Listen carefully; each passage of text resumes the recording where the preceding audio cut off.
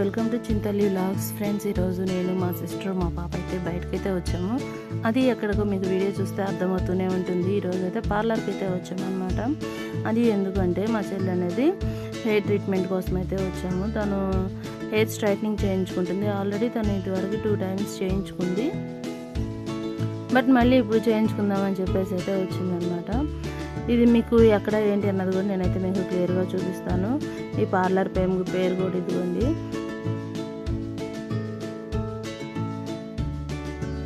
ఇది వచ్చేసి లారియల్ వాళ్ళదనమాట. ఇక్కడ ఏంటంటే మనకు అన్ని బ్రాండెడ్ ఐటమ్స్ దొరుకుతాయి అనమాట. ఇక్కడ ట్రీట్మెంట్ కూడా చాలా అంటే చాలా బాగుంటుంది.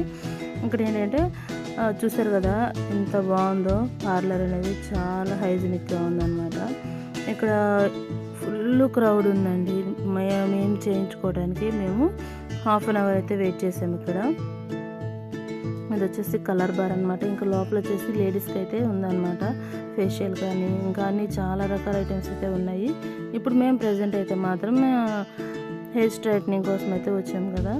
కెరటిన్ అనమాట ఇది ట్రీట్మెంట్ వచ్చేసి. మనం ఎంత హెయిర్ వాష్ చేసుకొని వెళ్ళినా కానీ, మనం ఎంత తలస్నానం చేసి వెళ్ళినా కానీ అక్కడికి వెళ్తే మాత్రం వాళ్ళు కంపల్సరీ హెడ్ బాత్ అనేది చేయిస్తారు. అది 2 times అయితే హెడ్ బాత్ అయితే చేయిస్తారు. చూడండి, ఈయన వచ్చేసి పార్లర్ ఓనర్ అనమాట. ఇక్కడైతే హెయిర్ వాష్ అయిన తర్వాత కొంచెమే డ్రై చేశారు, ఎక్కువ హెయిర్ డ్రై చేయలేదు. ఫస్ట్ అయితే ఇట్లా స్ట్రైట్నింగ్ అయితే చేస్తున్నారు. ఈ స్ట్రైట్నింగ్ చూడండి అసలు ఎంత కొంచెం హెయిర్ తీసుకొని చేస్తున్నారంటే చాలా టైం పట్టింది. మాకు ఈ ప్రాసెస్ మొత్తం కంప్లీట్ అవ్వడానికి 6 hours అయితే పట్టింది అనమాట టైము.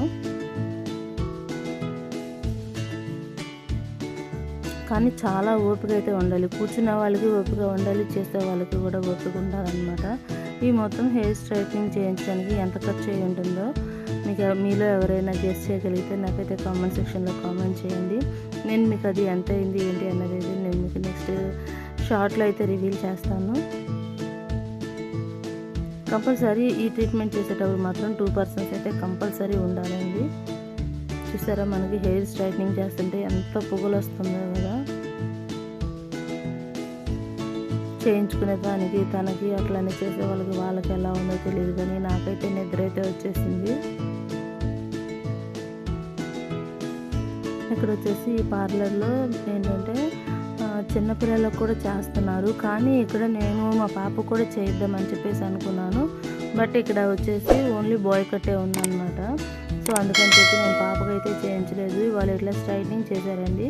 స్ట్రైట్నింగ్ చేసిన తర్వాత ఒక 1/2 hour అయితే తను అలా వదిలేశారు. తర్వాత వేరే ప్యాక్ వేయాలన్నారు. చూడండి హెయిర్ చూడండి ఎంత సాఫ్ట్గా వచ్చిందో చూసారా. అసలు మనకి చిక్కు అనేది ఉండదు అనమాట. అంత బాగుంటుంది హెయిర్ అయితే. మనం ఎలా సెట్ చేస్తే అలా సెట్ అయిపోతుంది. ఇదిగోండి ఇప్పుడైతే వీళ్ళు వేరే ప్యాక్ అనేది వేస్తున్నారు. ఇది వచ్చేసి 20 minutes అయితే దీనికి రెస్ట్ ఇవ్వాలి.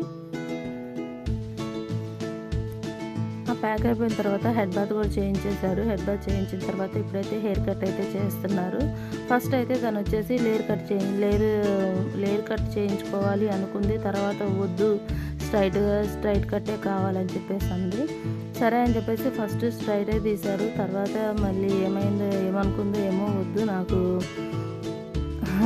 అలా వద్దని చెప్పేసి మామూలుగా ఇట్లా లేయర్స్ కటింగ్ చేయించుకుంది అనమాట. హెయిర్ స్టైల్ అయితే మాత్రం చాలా బాగా వచ్చింది. వీళ్ళు కూడా చాలా బాగా చేశారు. ఈ హెయిర్ కట్ అయిన తర్వాత ఇప్పుడైతే డ్రై చేస్తున్నారు అనమాట. హెయిర్ చూడండి, మీకు చూస్తుంటేనే అర్థమైపోయింది ఎంత సిల్కీగా వచ్చిందంటే చాలా బాగుంది. మనకి అన్ని ప్రోడక్ట్స్ కూడా బ్రాండెడ్ ఐటమ్సే వాడారనమాట.